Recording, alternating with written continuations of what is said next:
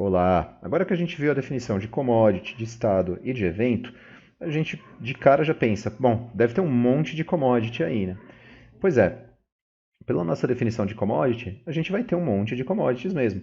Se é um evento aleatório que determina a commodity, quer dizer, ela é contingente ao evento, a gente também tem que pensar que a gente deveria ser capaz de ranquear todos esses bens, os serviços, enfim, os bens, em todas as diferentes ocasiões que podem acontecer. Pensando no modelo de 2 períodos mesmo, para ficar simples. Você compra um convênio médico e aí você, sei lá, está bem de saúde, agora no próximo período você não sabe se você vai ficar doente e que tipo de doença você vai ter. Então, convênio médico, se você não ficar doente, é uma commodity. Convênio médico, se você tiver uma gripe, é outra commodity. Convênio médico, se você tiver enxaqueca, outra commodity. Se você tiver distrofia muscular, é outra commodity. E por aí vai. Você vai ter tantas commodities quanto estados da natureza estiverem aí, porventura, possam acontecer.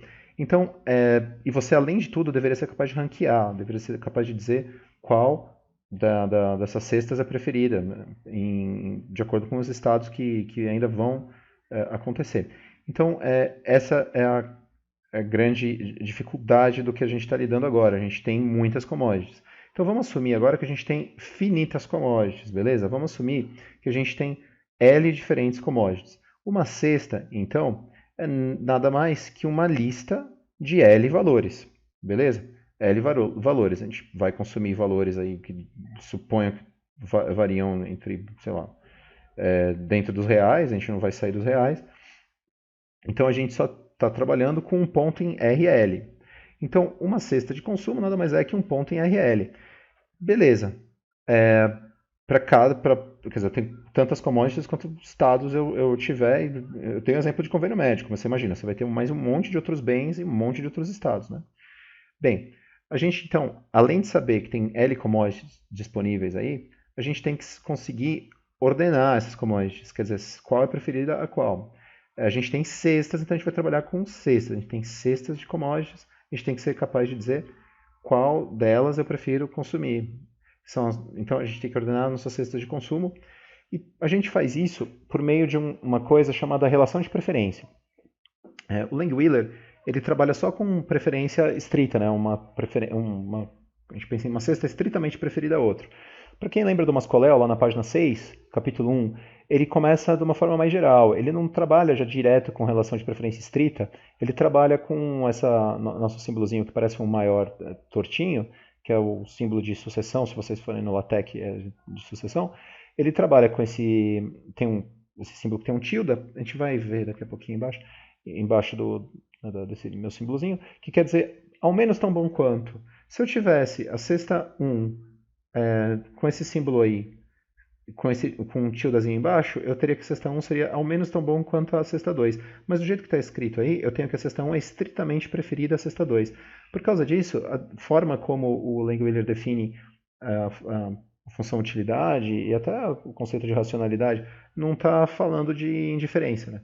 Porque quando a gente coloca isso, a gente não se preocupa realmente com indiferença. Se eu tivesse que a cesta 1 é ao menos tão bom quanto a 2 e a 2 fosse ao menos tão boa quanto a 1, eu estaria concluindo que eu sou indiferente entre a 1 e a 2.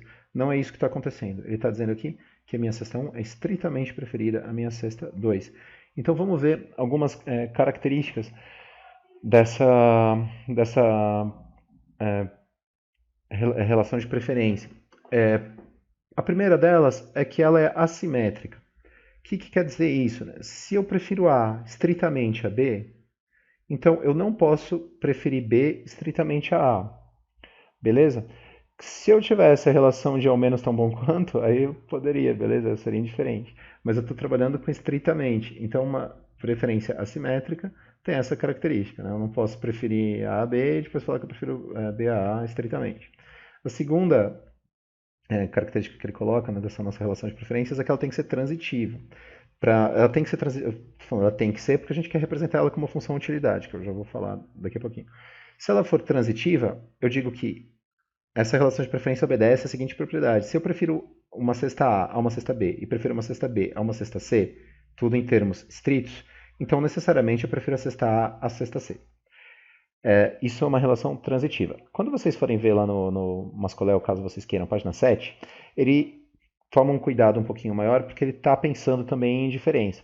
e ele fala ele define uma preferência, uma relação de preferências como sendo racional, colocando a nossa ao menos tão bom quanto. Aí ele coloca que ela não pode ser reflexiva, tem que ser irreflexiva, quer dizer, o bem A não pode ser estritamente preferido ao próprio bem A, ele fala que ela tem que ser transitiva, aí ele fala algumas propriedades da indiferença, que a indiferença sim é reflexiva, também é transitiva e é simétrica, e aí ele fala da transitividade e ele define uma relação de preferências racional. Aqui o que a gente vai falar, como a gente não está pensando em indiferença, é simplesmente o seguinte: se essa relação de preferência for assimétrica e transitiva, a gente tem essa propriedade que ela pode ser representada por uma função utilidade. Função utilidade nada mais é que uma função de RL em R, porque eu estou pensando em L commodities, né, assim, na nossa realidade agora, RL em R, tal que, se a minha cesta 1 é estritamente preferida à cesta 2, o valor da minha função utilidade da cesta 1 é maior que o valor da utilidade da minha cesta 2. Beleza? A gente vai trabalhar com funções de utilidade contínuas, crescentes, estritamente quase côncavas, quer dizer, a gente prefere diversidade, funções que sejam diferenciáveis, e se a gente tiver essas características, a gente vai...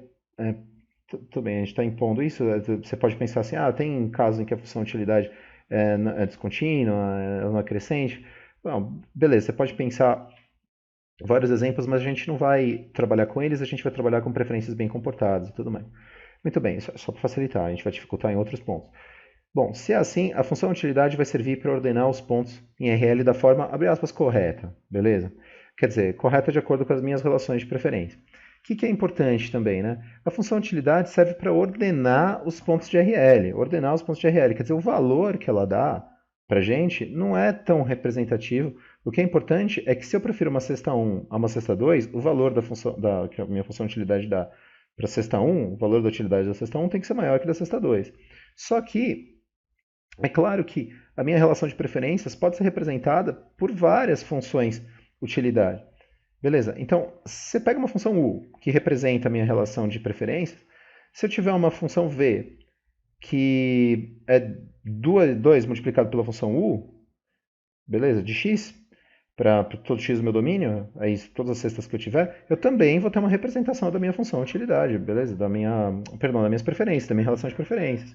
Então, o que a gente tem, na verdade, é uma definição importante, que é a definição de funções de utilidade equivalentes.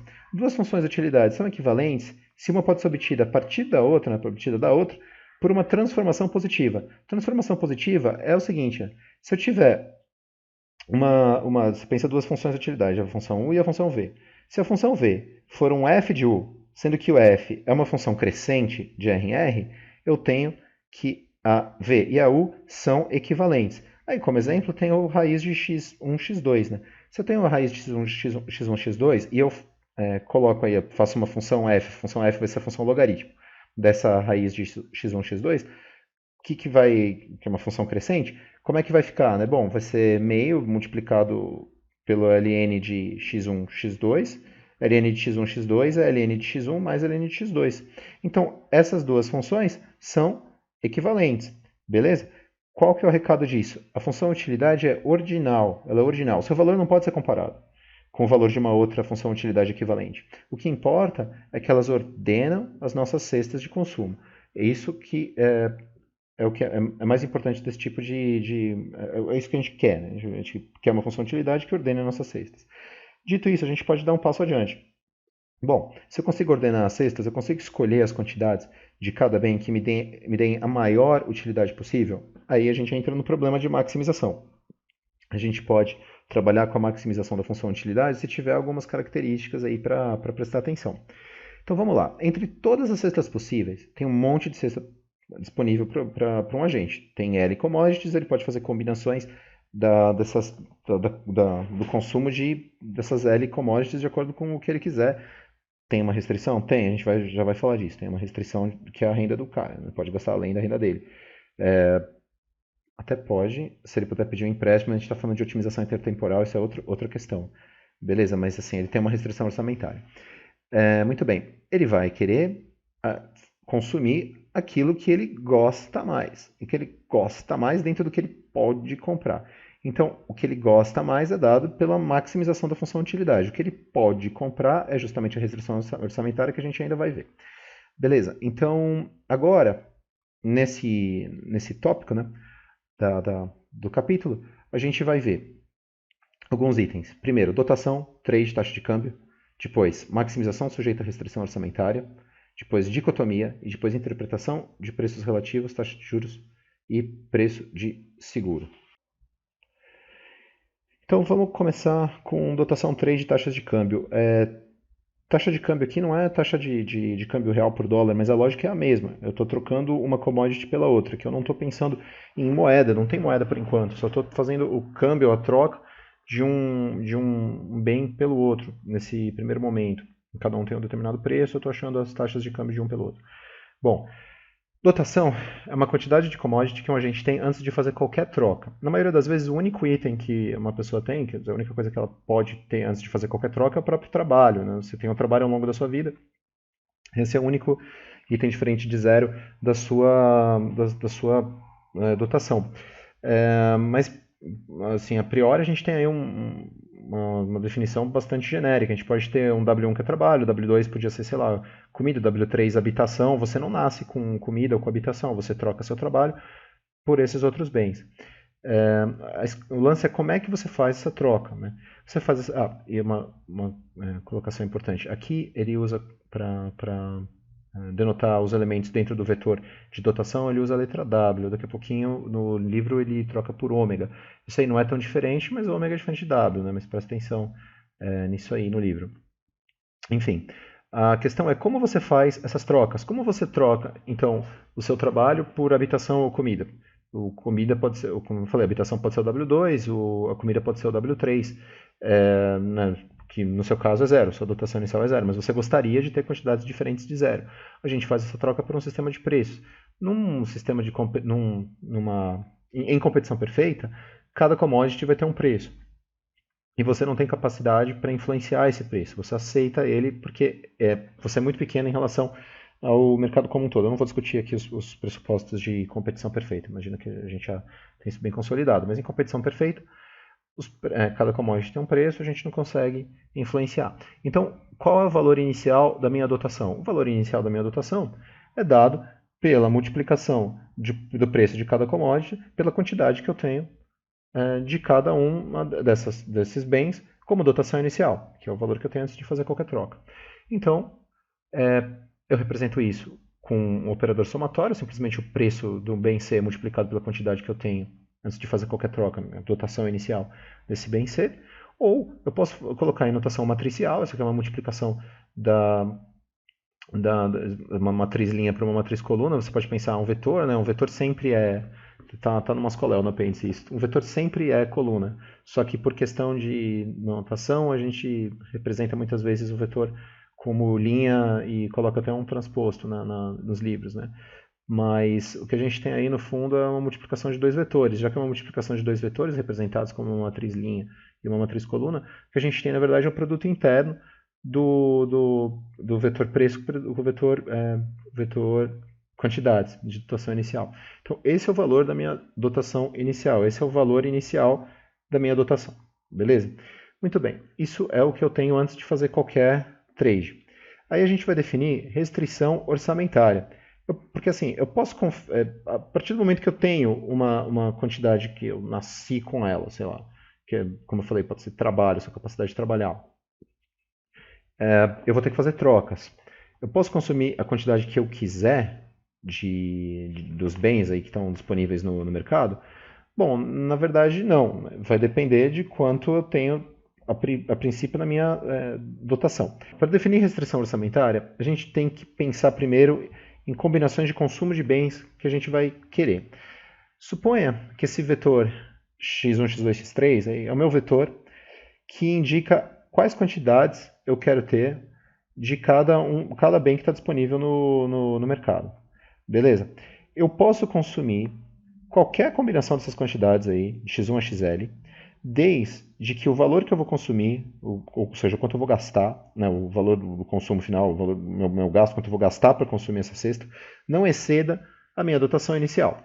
Nesse momento eu só estou pensando nessa situação bem simples que a gente chegou a conversar de um cara que nasce com uma determinada. Assim, a gente não está pensando em situações mais complicadas de vários períodos. Tá? A gente está pensando num cara que pode vender a força dele de trabalho, essa dotação inicial dele, aí ele vai ganhar um determinado valor e ele vai poder trocar por outros bens, e aí cada bem vai ter um preço. Então ele vai poder consumir só na medida do que ele vai conseguir, na medida do valor que ele tem, dada a dotação inicial dele. Ou seja, beleza? E dado que os preços são definidos, ó, lembra o vetor de preços?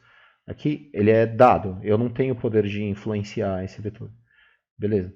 Então, isso aqui vai ser o valor da minha dotação inicial. Eu quero consumir esse vetor aqui de x1 até xl das L commodities que eu tenho disponíveis.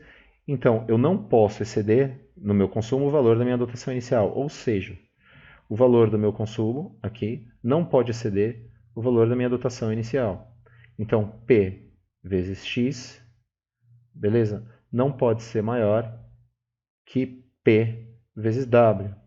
Então, P, aí, com notação de C dot, né, notação de produto interno, Px menor ou igual a PW. Então, em cima a gente tem notação matricial, embaixo a gente tem notação de vetorial, produto interno bonitinho. Aí, se eu subtrair W dos dois lados, né, e se eu subtrair, perdão, PW dos dois lados, eu consigo isolar o P, eu vou ter a nossa restrição orçamentária escrita de forma mais sintética assim, P multiplicado por x menos W menor ou igual a zero. Beleza? Claro, todos eles são vetores. X menos W é o que a gente chama de excesso de demanda. Beleza? Se você compra comida, por exemplo, X, por exemplo, comida eu vou chamar de I. Beleza? Então, XI menos WI vai ser maior que zero. Beleza? Porque eu não tenho dotação inicial de comida. Eu estou comprando comida. Agora, se eu vendo trabalho, então, e trabalho é o bem J, XJ menos WJ é menor que zero. Beleza? Então, esse é o excesso de demanda. Muito bem. Dependendo da commodity e das suas especificações, sejam elas física, de tempo, estado, esses preços vão ganhar diferentes nomes. Eu posso ter taxa de juros, e é isso que eu gostaria que ficasse claro. Taxa de juros é um preço, taxa de câmbio é um preço, seguro é um preço. Beleza? Ou seja, a taxa de juros não cai do céu, a taxa de juros é determinado pelo nosso sisteminha de preços. A gente já vai ver isso. E dá para a gente pensar em um passo adiante. Assim. Então, quer dizer, que se eu tenho trocas entre commodities, eu posso achar a taxa de troca dessas commodities, do mesmo jeito que eu penso em câmbio. Quando a gente olha no jornal, tem lá quanto vale um dólar, sei lá, quase R$ 6. Então, eu tenho uma taxa de troca entre duas moedas. Agora, a gente vai estabelecer uma taxa de troca entre duas commodities. Quanto vale o bem J em termos de bem I? Então, sei lá, você escolhe adequadamente o seu denominador e o seu numerador. A gente geralmente, quando pensa em taxa de câmbio, a gente pensa em quantos reais eu tenho que gastar para comprar $1, beleza? Então a gente pode escolher qual vai ser o nosso denominador aqui. Vai ser o bem I, bem J, bem K, tanto faz. Só que, para não confundir, né, a gente chama essa razão, PI sobre PJ, de preço relativo. Beleza? Vamos para o nosso segundo tópico. Ó. Deixa eu só voltar rapidinho. A gente vai trabalhar com dotação 3 de taxa de câmbio, foi o que a gente acabou de ver. Próximo tópico vai ser maximização de preferências sujeitas a uma restrição orçamentária, sujeitas a um orçamento. Então vamos lá. Maximização sujeita a restrição orçamentária. A gente escolhe então o que ele mais gosta. Beleza. Quer dizer, ele vai escolher aquilo que dá maior utilidade possível para ele entre todas as combinações possíveis de bens. Só que ele está sujeito a uma restrição orçamentária. Ou seja, uma restrição que lhe é imposta. No ambiente de mercado, a gente escolhe o que ele mais gosta, ou seja, entre aquilo que ele pode comprar, dado que ele tem os preços lá que são postados para ele. Se a gente colocar isso mais formalmente, o agente quer maximizar a função utilidade sujeito a não poder gastar mais do que o endowment dele, que é o que estava aqui, né? Beleza? Então eu peguei essa restrição aqui de forma compacta, que veio justamente isolando, né, subtraindo os dois lados, isolando. Então, beleza, está aqui. Eu vou colocar, então, que eu quero maximizar a função utilidade com essa restrição sendo respeitada. Não posso gastar mais do que eu tenho dentro de endowment. Muito bem. Se a gente assumir, e claro, né, isso aí não tem. Para eu poder fazer isso, para eu poder escrever o problema do consumidor da gente dessa forma, a gente tem que assumir que as preferências são estritamente convexas, que as curvas de diferença não têm bico, porque a gente pode derivar e usar cálculo. Né? A gente vai trabalhar só com essas coisinhas bonitinhas, bem comportadas, a gente não vai pensar em casos anômalos, beleza? Muito bem. No ponto de máximo, a gente sabe que a direção do crescimento da função utilidade é igual ao vetor de preços. Assim, no caso de dois bens, é fácil de lembrar isso aí, né?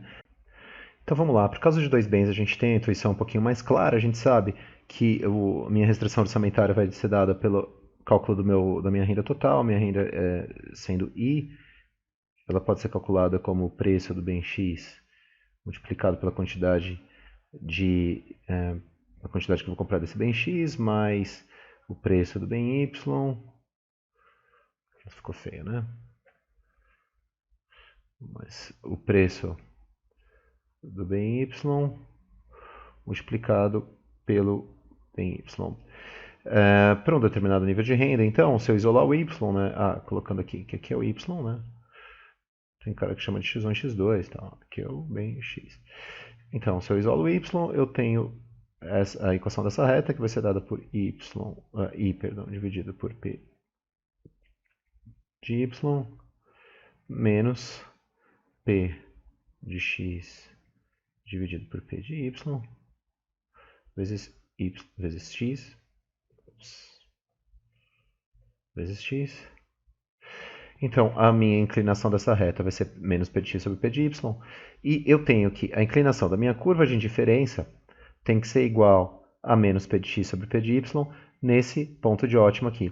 Só que isso é interessante porque o que essa condição está falando não é a inclinação da curva de indiferença. A inclinação da curva de indiferença é dada para um determinado nível de utilidade constante. O que ele está falando é que as derivadas parciais da minha função utilidade em relação a cada um desses bens, então pega uma utilidade com Douglas, por exemplo, o que ele está falando aqui assim, se eu tenho U é igual a x vezes alfa, elevado a alfa, y elevado a beta, o que ele está falando é que as derivadas parciais dessa função utilidade em relação a x em relação a y têm que ser iguais aos preços no ponto de maximização, ou seja, se eu tiver uma mudança da minha inclinação aqui, né, dos meus preços relativos,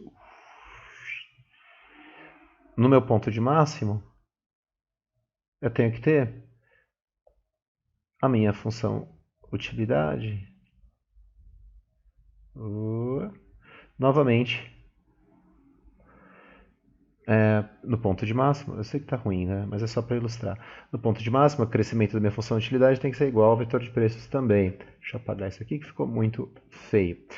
Beleza? É claro que a inclinação, né, da minha função utilidade em relação ao bem y, bem x, tem que ser igual ao vetor de preços, mas eu posso ter um deslocamento supostamente paralelo da minha restrição orçamentária e sem mudar os preços relativos, né? Quer dizer, aqui, né? Qual é esse ponto? Aqui é o I, que é minha renda, dividido por P de Y, né? E aqui é I dividido por P de X. Beleza? I dividido por P de X. Só para lembrar, né? I dividido por P de X. Se eu mudo P de Y, eu vou mudar a inclinação dessa reta aqui. Se eu mudo P de X, eu vou mudar a inclinação também. Mas se eu mudo os dois, P de Y e P de X, eu multiplico ambos pelo mesmo valor, por, sei lá, 2, por exemplo, eu não mudo a inclinação. Eu tenho um deslocamento da minha restrição orçamentária, mas paralelo. A inclinação não muda, beleza? Então, no meu ponto de ótimo, a inclinação da minha função utilidade, aqui, novamente, né, isso aqui é uma curva de indiferença, mas a inclinação da minha função de utilidade em relação a cada um dos bens da minha cesta tem que ser igual ao vetor de preços, né? Colinear, né? Eu tenho que, assim, em outras palavras, né, o vetor de preços é colinear ao vetor de derivadas parciais, né? Se eu tiver uma multiplicação do meu vetor de preços, P1, P2, P1, P2, PL, se eu tiver uma multiplicação desse vetor inteiro por um determinado escalar lambda, a inclinação da minha função utilidade no ponto de ótimo não vai mudar, beleza? Porque eu vou ter um deslocamento paralelo aqui pensando assim, no caso de dois bens, eu tenho um deslocamento paralelo da minha restrição orçamentária, a inclinação não muda. Se eu mudar a inclinação, né, se eu tiver uma diferença de preços relativos, ops, ficou ruim. Se eu tiver uma diferença de preços relativos, aí sim muda a inclinação da minha restrição orçamentária, muda o meu e vai mudar a- vai mudar a minha decisão. Se eu tiver, vai mudar a inclinação a direção de crescimento da minha função utilidade.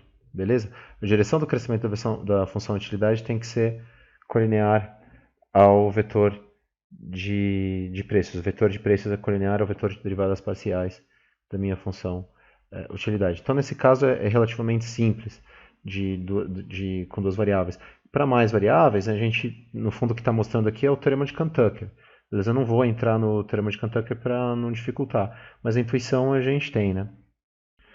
Então, o que a gente está dizendo é que a derivada parcial da função utilidade é uma função, na verdade, a derivada parcial em relação a cada um dos bens, a cada um dos x, é uma função de cada preço, ou que o vetor de preços é colinear ao vetor de derivadas parciais. Então, o vetor gradiente, que é esse monstrinho aqui, ele vai ser usado para...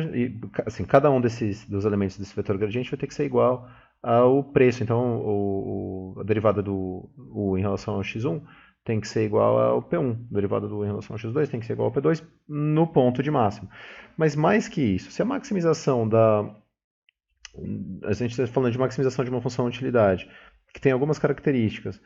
Se ela for a função de utilidade for monotônica, estritamente quasi-côncava, diferenciável e sujeita a restrição orçamentária, dá para mostrar que existe um escalar lambda, tal que, lambda maior que zero, tal que o vetor gradiente de U de x é igual a lambda p.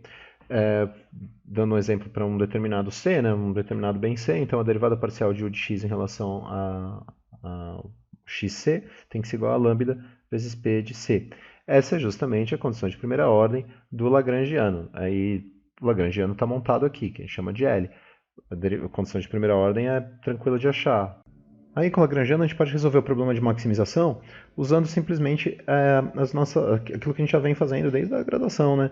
Como é que eu faço esse negócio aqui? Eu vou pegar essa função Lagrangiana aqui, que é dada por isso aqui, vou encontrar a derivada parcial em relação ao xi e em relação ao xj, né? Então, em relação ao xi, eu tenho o seguinte, né? Eu tenho aqui ó, a derivada parcial desse monstrinho em relação ao xi, vai ser a derivada parcial de u de x em relação a x e menos lambda, que multiplica, vai ser um pi xi, né? Então, multiplica pi. Isso é um i, beleza. Tá feio, mas deixa eu apagar. Pi. Nossa, é muito ruim essa mesa digitalizadora. Pi. Beleza. Aí, se eu tiver um bem j, vai ser a mesma coisa. Ó.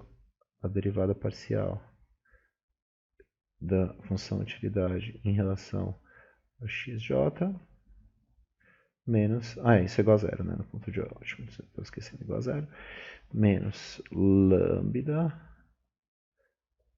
pj. Como lambda é constante, eu consigo fazer aquela traquitana, né? Eu consigo isolar o lambda e aí eu consigo igualar. Isso aqui também é igual a zero. Eu consigo isolar o lambda. Se eu isolar o lambda, vai dar lambda, né, desse lado. Passo o pi dividindo, né? Vai ficar... Deixa eu colocar aqui. Vai ficar assim. Lambda é igual a du x d xi, beleza, vezes 1 sobre pi. E lambda vai ser igual a du x dxj vezes 1 sobre p de j. Beleza? Eu consigo igualar os dois, porque lambda é uma constante, né? Quando eu igualo os dois, eu chego à conclusão que... deixa eu apagar tudo isso aqui. Não vou apagar. Deixa eu tentar fazer menorzinho. Eu chego à conclusão... Eu poderia dividir também, né? Que é o que geralmente a gente faz. Mas eu vou igualar, beleza? Pra gente fazer passo a passo. Então tem aqui, ó, que d de u de x, d de u de x, d xi, 1 sobre p de x é igual a d u de xj, né? D de u de x em relação a xj, 1 sobre p de j. Beleza? Daí a gente tira o seguinte resultado, que a derivada, a razão das derivadas parciais, beleza? Derivada de u de x em relação a xi, dividido pela derivada de u de x em relação a xj, é igual a p de i dividido por p de j. Então é isso aí. Claro que isso aí só vai ter solução se o p de j for diferente de zero. Beleza, mas o que essa nossa relação está falando? Que a taxa marginal de substituição entre I e J tem que ser igual ao preço relativo de I e J. Esse é o problema de maximização que a gente colocou, e é isso que soluciona esse problema de maximização. Muito bem, ele só vai ter solução se o PJ for diferente de zero, e no caso o PJ é maior que zero. Essa história, maior que zero, quer dizer que ele é maior que zero e diferente do zero. Ele pertence ao... Tem uma notação, a gente fala do R+, né? Aquela história do... Se ele tem que ser maior que zero, todos os preços do meu vetor tem que ser não só diferentes de zero, mas também maiores. Se a gente tem um P aí igual a zero, um determinado preço igual a zero, a gente não tem restrição orçamentária, né? Ele não tem solução. Eu vou consumir uma condição infinita de determinado bem. Se o P for menor que zero, o agente literalmente ganha dinheiro por consumir esse bem. Então, se o PI for menor que zero, o agente vai ganhar por consumir o bem XI. Bem I, perdão, ele vai ganhar por consumir XI. E esse dinheiro seria usado para consumir outra coisa. Então, também não teria solução. Então, ele ia ganhar bastante dinheiro por consumir determinado bem, ele pega esse dinheiro e gasta em outro bem. Não tem ponto de máximo. Então, a gente está preocupado só com a situação em que tem ponto de máximo, então a gente está preocupado com situações em que o P é maior que zero. Vamos para a dicotomia. Dicotomia é o seguinte, somente os preços relativos vão afetar o comportamento. O nível de preços é irrelevante. Então, se eu multiplicar os preços por uma constante, muda o tamanho do vetor, mas não as condições de ortogonalidade. E por consequência, não muda o ponto de máximo. Beleza? Já que é assim, a gente consegue normalizar os preços. A gente consegue fazer um treco que chama Unity Simplex, que é simplesmente normalizar os preços para que o somatório deles seja igual a 1. Beleza? Alguns preços são bem claros, preço de banana, preço de maçã, preço de que seja. Outros preços não são tão claros assim, como por exemplo taxa de juros, prêmio de seguros. Agora a gente vai olhar taxa de juros e prêmio de seguros como preços.